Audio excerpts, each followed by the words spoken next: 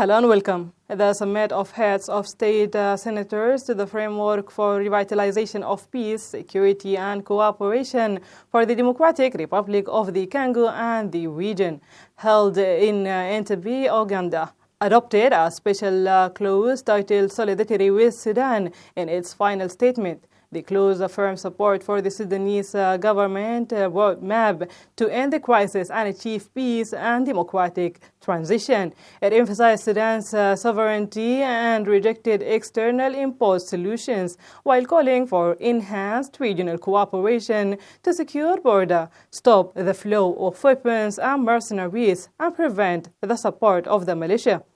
The summit urged the international community to pressure the Rapid Support Force to comply with UN Security Council Resolution 2736 and lift the siege on al-Fashir.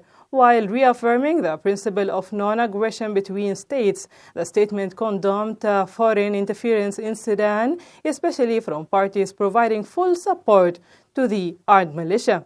Sudan was represented at the summit by an official delegation led by Malik Aqar, Vice President of the Transitional Sovereignty Council, along with Ambassador Hussein Al-Amin, acting Under Secretary of the Ministry of Foreign Affairs. The delegation conveyed Sudan's firm rejection of the UAE's aggression against Sudan through its support for the Rapid Support Force militia and called on countries and international organizations to take serious actions to halt all form of military, logistical and political support provided by the UAE and others to the militia.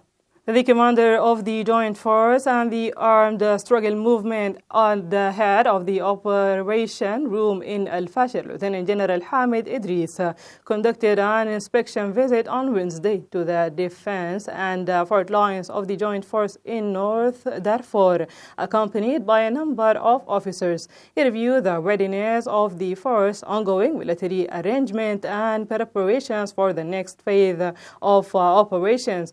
Colonel Hussein noted that the visit is a part of a regular series of leadership tours to frontline units to monitor challenges and develop effective solutions, while also boosting the morale of troops stationed at the border crossing and encouraging continued resistance against the militia and its mercenaries.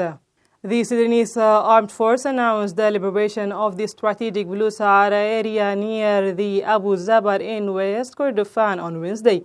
The operation, coordinated with the support unit, was carried out without losses among the army ranks, while the militia suffered heavy casualties. The area, located along a rural corridor linked towns in Abu Zabar locality, is considered key to security supply line and protecting surrounding villages. The army has since sent reinforcement and launched a large-scale sweep on the nearby forest and paths. Al-Bara bin Malik Corps Commander Al-Misbah Abu Zaid Talha denied claims that the Barra Brigade seeks a role in Sudan's next government, calling the rumors a desperate attempt by certain parties to misrepresent the brigade's intentions.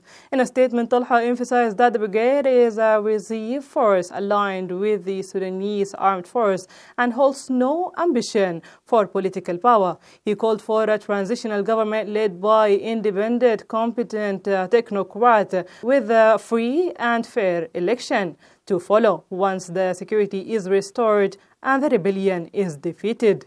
Belarusian First Deputy Industry Minister Andrea Konyushko reaffirmed his country's interest in enhancing industrial cooperation with Sudan during meeting with the Sudanese Energy and Oil Minister Muhyiddin Naim Mohammed Saeed. Konyushko praised the steady progress in bilateral relations, particularly in agriculture machinery export, and invited Sudanese officials to visit Belarusian industrial enterprises to explore joint project operations. He emphasized Belarus's commitment to strengthen its ties with African nations, including Sudan, and expressed optimism about reaching a new level of coordination. Minister Saeed highlighted the friendly nature of relations between the two countries and identified key areas for collaboration. The United Nations Children's Fund, UNICEF, has reported a significant increase in cholera cases in Khartoum, with daily infections rising from 90 to 815 between May 15 and 25.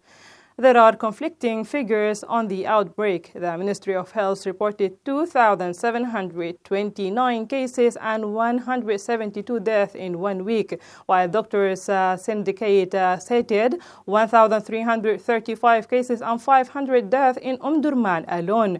The World Health Organization reported 6,223 cases. UNICEF noted that since January, 7,700 cases, 185 deaths have been recorded in Khartoum state.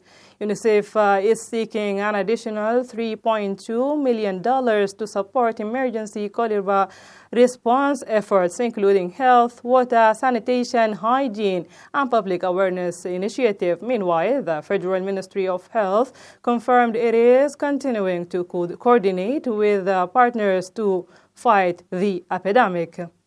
The Federal Ministry of Health announced that the Global Alliance of Vaccine and Immunization (GAVI) has approved Sudan's request for additional support to expand the R21 malaria vaccine under the expanded program on immunization EPI. This marks the second phase of the vaccine introduction plan, follows a successful first phase in Gadaref State and 2 governorates in the Blue Nile region. According to the decision letter dated May 27, 2025, Sudan will receive funding for additional vaccine doses, along with a vaccine introduction grant VIG, to cover operational and technical needs for effective implementation for the second phase. Turkish President Tayyip Erdogan accused the Kurdish-dominated and U.S.-backed Syrian Democratic Force (SDF) of using stalling tactics, despite an agreement with the new Syrian government for the group's integration into Syrian armed forces. Speaking to reporters on a flight from Azerbaijan, Erdogan reiterated Turkey's position that Syria's unity and territorial integrity must be preserved, stressing the SDF Damascus deal must be implemented within the agreed timeline. We have said before, we welcome the agreement, but we see that the Syrian Democratic Force are still continuing their stalling tactics. They must stop this, Erdogan said, according to his office on Thursday. This was your today's news by Sniper TV. Thank you for watching. Goodbye.